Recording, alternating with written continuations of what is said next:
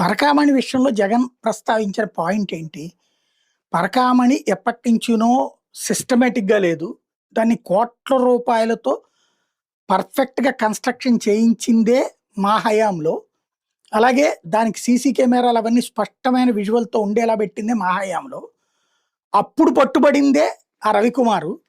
అతని దగ్గర $9 నోట్లు దొరికినాయి. $900. అతను $9 అన్నాడు. $900 నోట్లు దొరికినాయి. వాడికిదో 70,000 80,000 అంటే $900 అని అతని ఉద్దేశం. అందుకని ఆ $9 నోట్ అన్న చెప్పుకొచ్చింది.